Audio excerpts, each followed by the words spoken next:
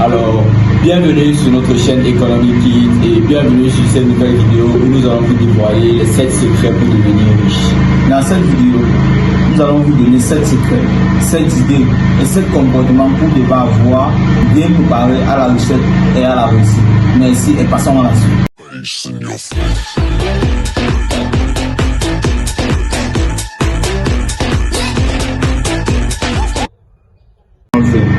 Alors, cette vidéo sera axée sur les compétences à développer et à éradiquer de sa vie pour atteindre l'indépendance financière. Nous allons illustrer cette situation en prenant exemple sur Steve. Steve est un jeune étudiant camerounais qui vit à Yaoundé et qui reçoit une pension de la part de ses parents chaque mois. Mais Steve n'a pas développé et cultivé cette habitude d'épargner et d'économiser pour pouvoir réinvestir. Au lieu de cela, Steve dépense son argent dans les femmes, dans les fêtes et dans les sorties. Voilà Steve qui est criblé de dettes et n'arrive pas à se sortir de sa situation financière actuelle. Et donc, pour éviter d'être le prochain Steve, de faire face à ce problème, nous allons vous donner 7 secrets, 7 idées, 7 comportements pour devoir avoir. Cela commence dès maintenant.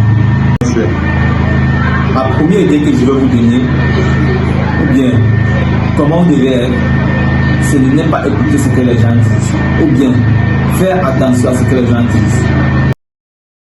Bien soigner les mots des gens avant d'assimiler. Car peu importe comment tu es bon, peu importe comment ce que tu fais est bien, peu importe, même si tu es là, bon, c'est vrai qu'il n'y a personne qui est parfait sur terre, mais peu importe comment tu es bon, il y a toujours une personne qui va te dire non, le gars c'est comme ça, non, le gars c'est comme ça, non, il est comme ça, non, c'est mauvais, non, ne fais pas ça. Peu importe ton projet, surtout pour ceux qui ne connaissent pas ce que tu veux faire. Quand tu as un projet, tu fais pas de ce projet à quelqu'un, il y a toujours une personne qui va te dire non, ça ne va pas donner, non, c'est mauvais, non, c'est ci, non, c'est cela, c'est faux. On n'écoute pas ce que les gens disent. Je prends exemple. Tu as un petit business que tu veux monter. Déjà, tu veux peut-être vendre un truc en ligne ou bien tu veux vendre un petit truc. Tu vas commencer à demander les avis des gens, qu'est-ce que je peux vendre. Tu vas peut-être découvrir que bon, disons que tu veux vendre les habits en ligne. Tu vas demander à cette personne, d'autres personnes vont te dire non, d'autres personnes vont te dire oui. Pendant que toi tu passes ton temps à demander aux gens qui passent leur temps à te décourager, il y a une autre personne qui met ça. En effet, c'est-à-dire qu'il achète les habits, il vend évidemment en ligne. Concrètement, toi qui passes son temps à suivre ce que les gens disent et qui te décourage, ce qui est mauvais. Et donc, je dis aujourd'hui, je le dis, la première chose, et comment vous devez être, c'est d'éviter de suivre ce que les gens disent. Bien soigner ce que les gens disent avant d'assimiler. Merci. Alors, le deuxième conseil que nous allons prodiguer sur cette série de secrets pour devenir riche est d'éviter au plus la procrastination. Qu'est-ce que la procrastination? La procrastination, c'est le fait de remettre à demain ce qui peut être fait aujourd'hui. La procrastination est quelque chose qui amène plusieurs gens à la pauvreté. Parce que tu peux bien avoir des idées. Tout le monde a des idées. Il arrive à tout le monde de penser, de réfléchir et d'avoir des idées. Mais là où les riches se démarquent des pauvres, c'est qu'immédiatement, dès qu'ils ont leur idée, ils mettent leur idée en pratique.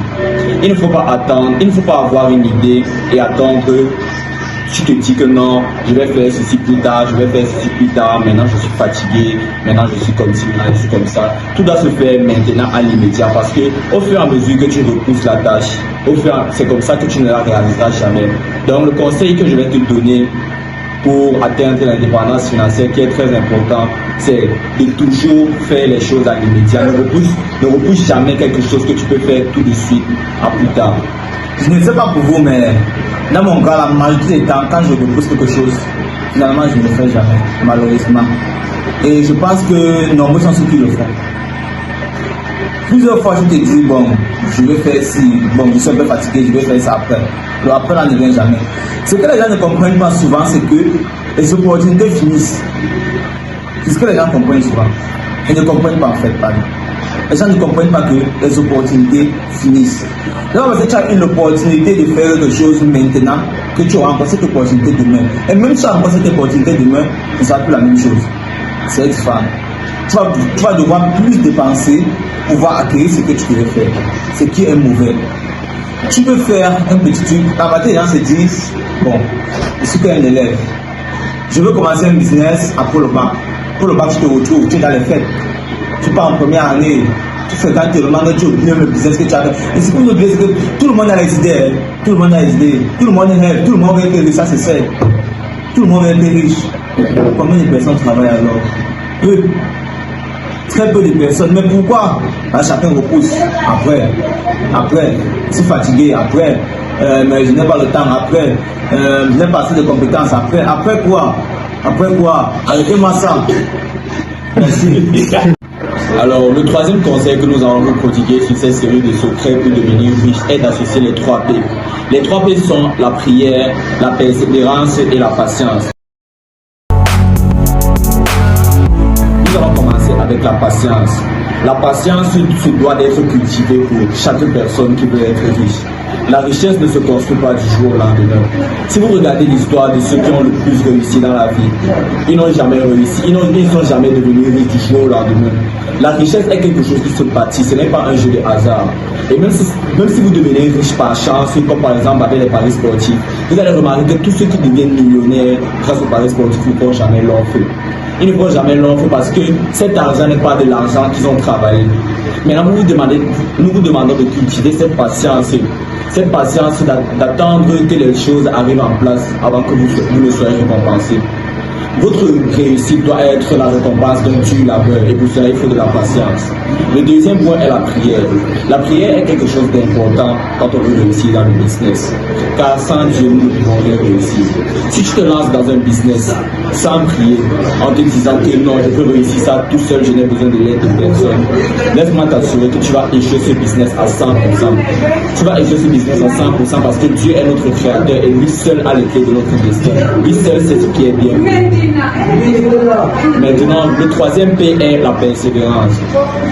Dans toute activité que tu vas entreprendre, il y aura toujours des obstacles.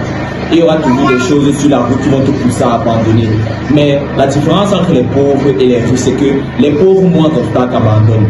Pendant que les riches, malgré toutes les difficultés qu'ils rencontrent, ils continuent. Ils développent leurs idées jusqu'à ce que ça devienne quelque chose de grand. Alors je vais vous prier d'associer les 3 pétitions, la patience, la prière et la persévérance à votre temps. Et je vous assure que dans 10 ans, 5 ans, vous aurez constaté de grands changements dans votre situation financière. Les 3 P. 3 P. Ça, c'est une abréviation très nette et très juste. Les 3 P. C'est-à-dire prière, patience, persévérance. Ok. La prière. Papa God. Tout le monde sait sur cette terre que sans Dieu, nous sommes rien. Sans Dieu, on ne peut rien. Ça, c'est vrai, ça, c'est juste. Mais beaucoup de personnes le font en mauvaise manière. C'est-à-dire, beaucoup de personnes, et nombreux sont ceux qui prient énormément, mais je dis bien énormément, qui sont constamment dans les églises. Constamment dans les églises, matin, midi, soir, ça ne sert à rien. C'est pas ça. Quand on dit Dieu, ce n'est pas ça. Quand on dit Dieu, ce n'est pas être à l'église matin, midi, soir. Ce n'est rien. Je prends un petit exemple. Là, je prends le cas d'un élève. L'élève ne lit pas. L'élève connaît seulement prier. L'élève s'appelle Steve. L'élève ne lit pas, mais l'élève connaît seulement prier. Toujours le même style. Toujours le même style. L'élève prie, ça c'est vrai. Puis notre Dieu, notre Père en haut, envoie un ange. Il dit à l'ange, bon, petit, va aider le Steve là à composer. L'ange arrive. Mais quand l'ange arrive vers toi, l'ange constate qu'il n'y a rien dans ta tête, tu n'as pas lu, l'ange va t'aider comment? CAC, se former. Nombreux sont ceux qui entrent dans des business aujourd'hui, puis le business ne fonctionne pas ou bien le business ne donne pas. Puis ils vont se dire, pourquoi quand moi j'ai fait ça ne donne pas, mais les autres ça donne toujours. Pourquoi c'est toujours moi? On m'a attaché au village, on m'a fait ci, on m'a fait ça. Non, non, non, c'est impossible. J'ai dit aujourd'hui c'est impossible. Tu ne t'es pas formé. Tu as cherché ce qui s'est passé derrière le business là. As-tu cherché comment ça se passe? Es-tu allé vers ton ami et demandé à ton ami, mais explique-moi un peu, on fait comment? Explique. Es-tu allé, tant pour moi, es-tu allé sur le réseau faire des recherches? As-tu acheté une formation? Non. Je dis bien non.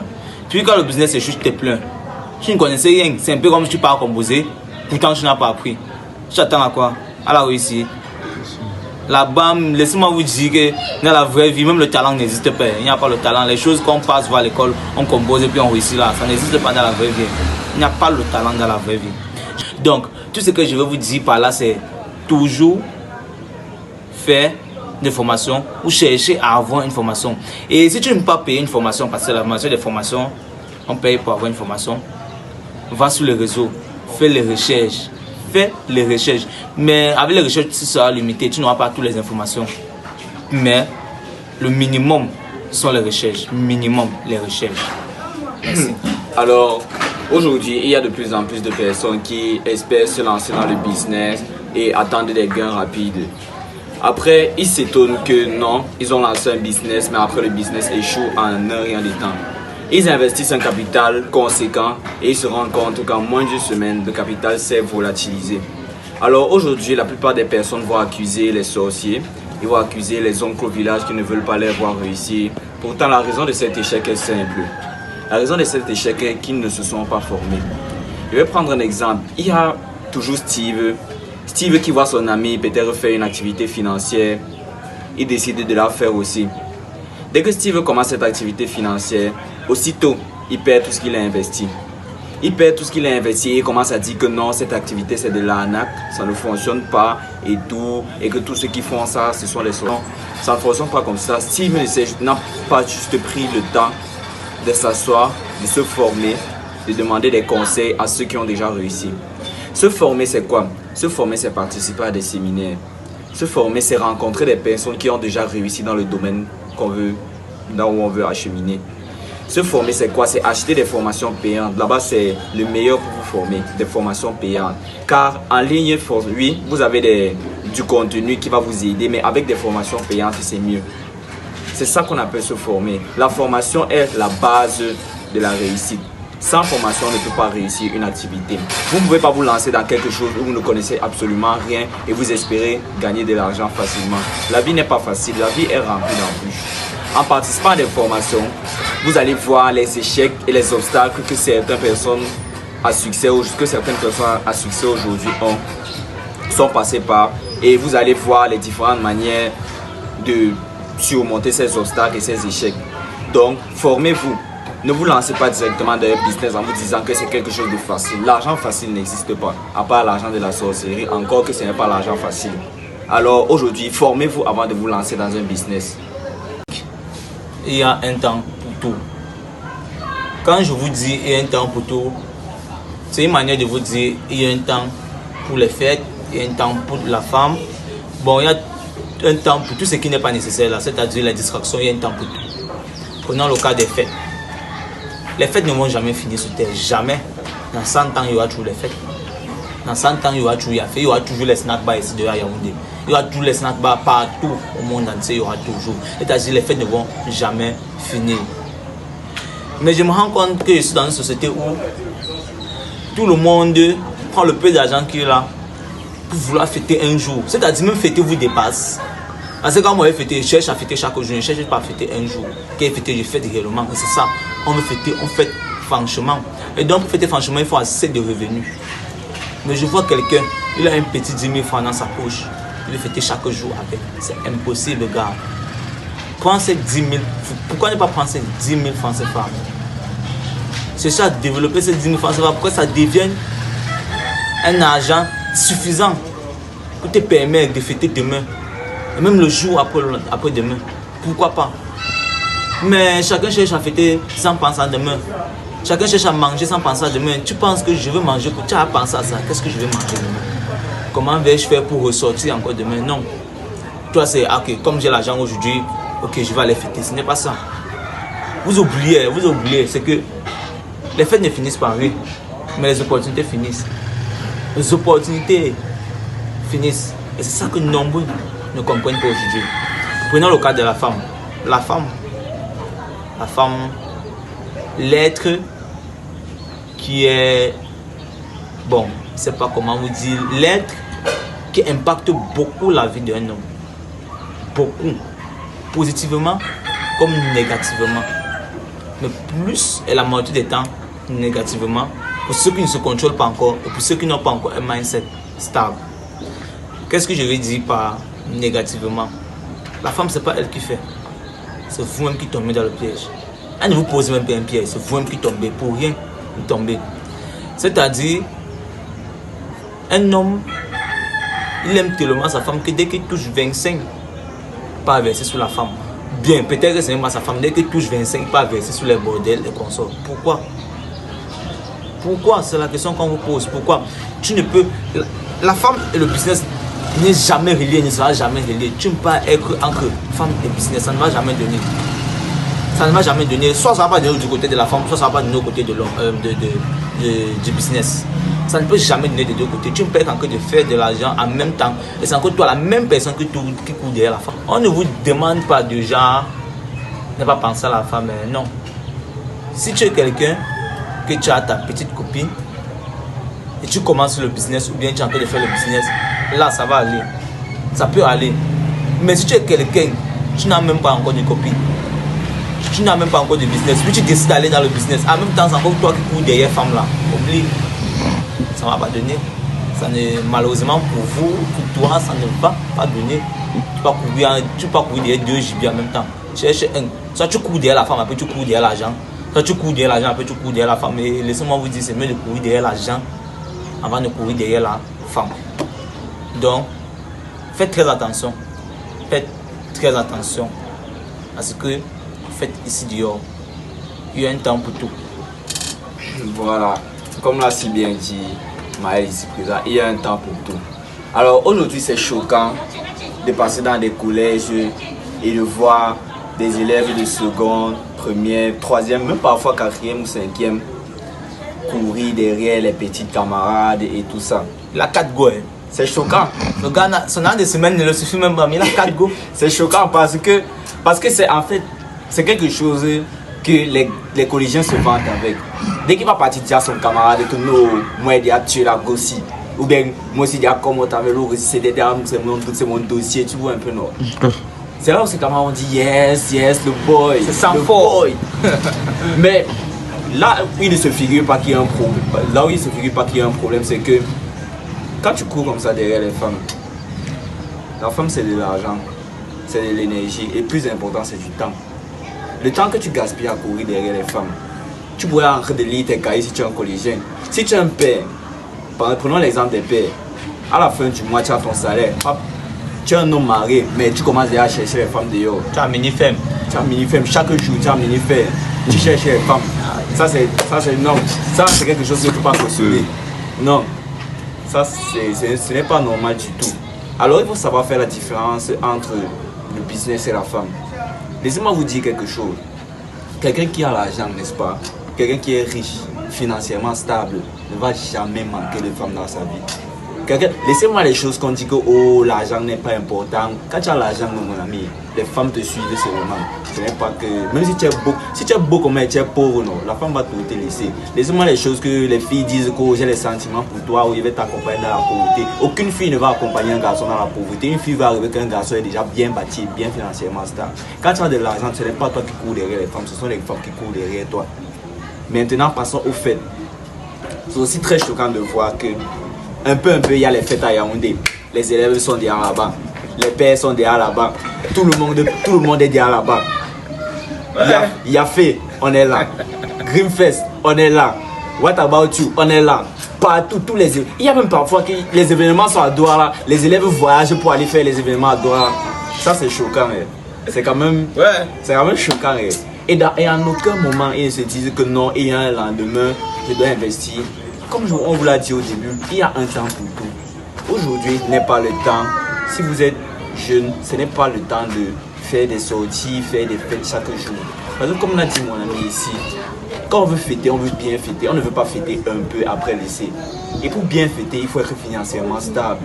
Pourquoi ne pas travailler dur maintenant, se priver de choses maintenant pour pouvoir fêter comme on veut dans 10 ans, dans 10 ans, dans 15 ans?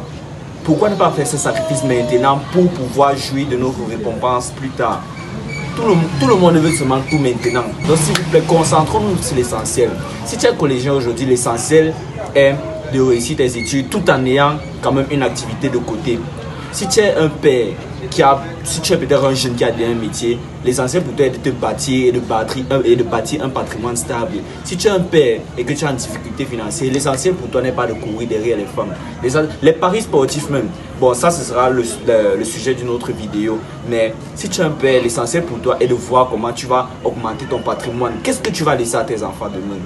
Pose-toi cette question. Si tu es un salarié maintenant et que tu cours derrière les femmes, dis-toi, pose-toi cette question. Qu'est-ce que je vais laisser à mes enfants demain quand je ne serai pas là?